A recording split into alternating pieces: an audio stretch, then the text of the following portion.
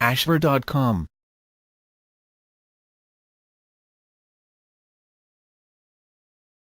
Hello and welcome to Ashver.com. You are watching an interesting video on being adopted is unique, things that not to say to someone who is adopted. Please read the disclaimer carefully. Being adopted is unique. Most adoption agencies, adoptive families, birth families and the public in general like to see adoption as a seamless transition, a blending of families creating one unit.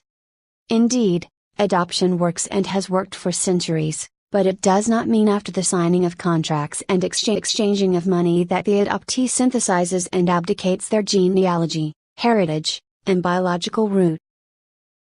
There needs to be an honoring for both an adoptee's past with their upbringing. Each adoptee is different. Depending on how the adoptee relates to their adoption story and integrates into their adoption family, will require different sensitivities from people within the family system as well as the community at large. It is also important to take into account the development, age, and adoptee's maturity. It is important to know some etiquette when talking with an adoptee. Just because you know your boyfriend's brother's cousin was adopted and learned everything from him, does not mean all adoption stories can be generalized. Each experience is as unique as a snowflake. The opposite of real is unreal or not real. In a child's mind, if you ask her, where are her real parents? It insinuates that her adoptive parents are unreal. The family she is being raised in is her real family. The relationships she has established with her adoptive family is as real to her as a biologically connected child. There is no real or unreal relationship. Her biological lineage is not unreal. It may not be known or understood, but it is also real and a part of her is her DNA makeup. If you get confused when an adoptee is talking, ask her to speak about their family members with their first names. This will help you, as the receiver of the story, to obtain information to distinguish the different family members without insinuating who is real or not. Real is also a significant word for children when they are trying to understand Santa Claus, the Easter Bunny, Tooth Fairy, unicorns, Merlin and the like. During their development, they will come to terms regarding these legendary folklore as being a myth. For the adoptee child, their biological roots can be as abstract and unknown as were the Tooth Fairy lives. When they understand the Tooth Fairy is unreal and others around them are using the word real to describe their family, it can become confusing in a child's mind. Although this phrase often comes from a place of sensitivity when explaining adoption to a child, it also leaves the child with a lot of confusion. Young children are concrete thinkers. They do not have the capacity to think abstractly yet or in metaphors. If you tell a child it is raining cats and dogs, they will look at the window to see if they can find cats and dogs falling from the sky. If you tell a child they were chosen, or even born from my heart, it leaves the child to wonder and fantasize how did they come into this world, if they were not born like everyone else. Oftentimes the child will use fantasies to give meaning to what they cannot understand. These fantasies can distort reality, potentially having a negative effect on their self-esteem. Children can handle the truth. Even sad truths. The truth is, the child was born just like everyone else on this planet. Their friends have birth stories and understand they were born from the woman they call mother. To the adoptee this is not so. They have to put puzzling pieces together to try to make sense of it. It is even hard for adults to comprehend why someone would choose to relinquish their child.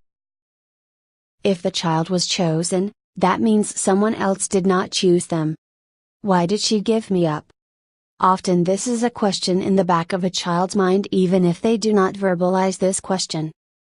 Age-appropriate, honest, compassionate explanations fare better in the long run than trying to shield a child from hard truths with euphemisms.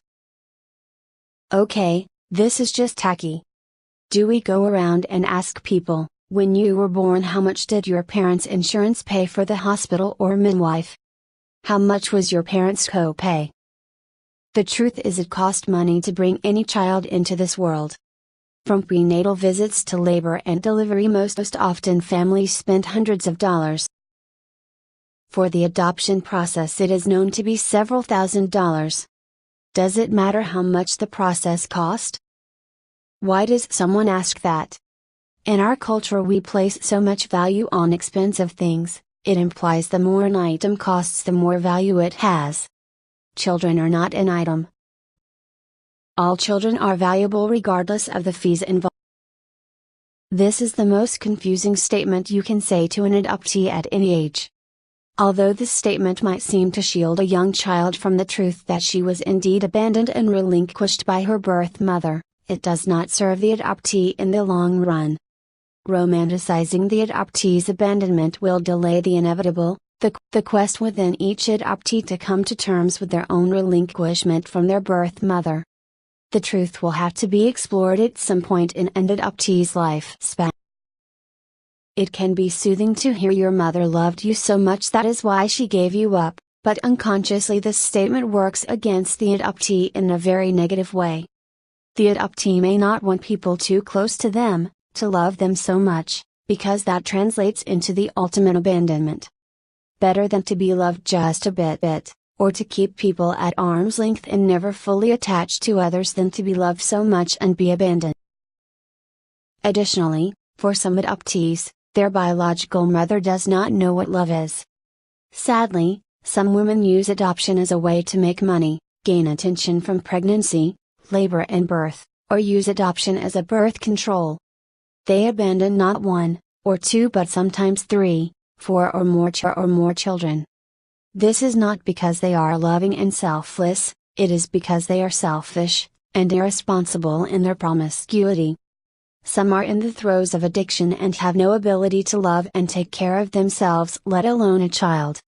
Adoption was either mandated from the state, begged by family and friends, or they were keenly aware that this child will be a burden to their lifestyle. Although this is sad, it is also very. How is anyone supposed to respond to that question? There seems to be this undercurrent in the adoption culture. Adoptees should be grateful for the tough decisions their birth mother had to make, especially for not aborting them. The birth mother had a choice. The adoptee did not. Just think about this for a moment. It is like saying to someone, you must be glad when you were young that your mother did not kill you. All adoption stories are not the same. Adoptees' experiences growing up vary as families vary. For some, adoption was positive and for others it was not. No one has the right to expect how another should feel, especially around their own birth, relinquishment, abandonment, exiled from their kin and sometimes from their country to grow up in another household feeling like there is a piece always missing from them. Adoptees did not ask to be adopted. Gratitude is important to install in all children. However, the adoptee child should not be made to feel their birth mother did them a favor and that their adoptive parents rescued them. The adults made adult decisions in regards to the welfare of a babe, a child. It is the adult's issue, not the adopted, to need gratitude for what was done. Adoptees endure tremendous loss before being a part of a new family. The message of the adoptive parents saved them, therefore the adoptee should be grateful can implement terror into the adoptee. If they are not grateful enough, does that mean they will be abandoned again? International adoption, as stated by Dr. Romanda Bodden, demands the adopted children to be grateful to live with people who do not look like them, do not speak their native language and sometimes told how lucky they are to be rescued. Sometimes international adoptees are ostracized in social settings like school and church because they look different. Their adoption status is always right in front when everyone else is limited in their own racial stigma. If society continually points out to a unique family, their uniqueness, how much harder does this family have to work to establish their natural family system? This family owes no one an explanation. Just because they look different on the outside does not mean they are a billboard for wanting to tell everyone their adoption stories and reason for adopting internationally. For international adoptees, race does matter. For adoptees who look like their adoptive parents, their heritage and nationality does matter. It will always be a part of them, and offering adoptees opportunities to learn about their race, heritage and culture of origin, will provide them an opportunity to be loved, integrated, and celebrated with their differences. This will help aid the adoptee when society wants to single them out, or just as devastating blend them in. As an adoptee, I can't tell you it was always painful to hear why you look so different. The adoptee's family is the one they are growing up in. The fiber of family is embedded with all members, adoptees included. Family meals, family rules, family memories, family traditions, family rhythms make the individual family members a tied unit. The weaving of these family connections day in and day out fuse the members together. Eventually within the family unit the differences, though sometimes distinct. When someone distinguishes the members because the outside appearance looks different, it can hurt. The outside is what onlookers see as different and use "are you adopted?" as a wedge that slices through the similarities. Somehow that gets translated in the adoptee's mind right in that moment. This unique and special bond of family, is it faux or real, because others do not see it? A family with different ethnicities being raised together, like multicultural adoption, often attracts strangers to ask very personal questions. The ethnicity skin tones shows the immediate differences, that this family is indeed a family put together through adoption. Somehow this gets translated that the family is already giving strangers a view through the family window, which some strangers interpret your life and family must be an open book. Some strangers then pursue the family with very intimate questions. This can be very rude and unsettling for some adoptive families. Just because a family looks like they adopted their children, it does not mean they are open to discussing their adoption with a stranger at dinner or at the movies. Adoptees and adoptive families are not species to be observed and studied by a sociologist want to be in the middle of the grocery store. For most adoptees, the adoption wound is one of the most painful experiences of their lives. Knowing that you were abandoned young, even for good reasons, is traumatic. The natural order of things, taking care of their offspring, has been severed. For a child, there is a lot to process and understand why their mother or father would leave them behind, choose another family to raise them, or be too dysfunctional to raise the child themselves. When you ask an adoptee, "Why were you given up for adoption?" you are in a sense asking them, "Why couldn't your biological parents raise you?" An adoptee is keenly aware of the other families in their community. They know of the dysfunctional family, the impoverished family, and the family with a young mother or other all raising their biological kin. The preponderance of families raising their kin, even in hardships, leaves the gaping wound of "Why couldn't my biological family make it work for me?" even large. Unless the adoptee knows their birth and adoption story, or found their biological kin as an adult, they do not know the answer to this question. Sometimes for a child to make sense of something this difficult and unknown, they will make it about themselves. It now gives them an answer and something to control. "I was given up, because they did not want me." Even if this is not the truth, in the adoptee's mind it gives the inquirer an answer, and after all, children are constantly answering questions from adults hoping to get it right, like in school. The question, "Why were you given up?" is not meant for the adoptee. This question is meant for the biological mother or biological father. A good answer would be, "I don't know, why don't you ask them?" Most often it is those who have never been adopted that assume adoptees who want to find their heritage are seeking another family system to disown their adoptive one. This is not true. It is not like the adoptee is going to interview a family down the street to see if they are more compatible to live with and forsake the one they have. Adoptees have a birthright to seek their story, roots, heritage, and kinship. Why do people think if you do seek, you are looking for another family in terms of you are abandoning your adoptive family? Why does it have to be this family or that family? Black and white. The adoptee can build onto their family. Just like all children grow relationships and eventually integrate, lovers, husbands, their own children into the family system. Families are not threatened when these adult children grow the family system within law. Why then is it threatening for an adoptee to seek and find their biological family members? The thought of adding a birth father, birth mother, half or whole sibling into the mix, makes people feel threatened and wonder why you would hurt your adoptive family. Why does the adoptive family feel if you build a relationship with your biological family, then you are building a relationship away from them?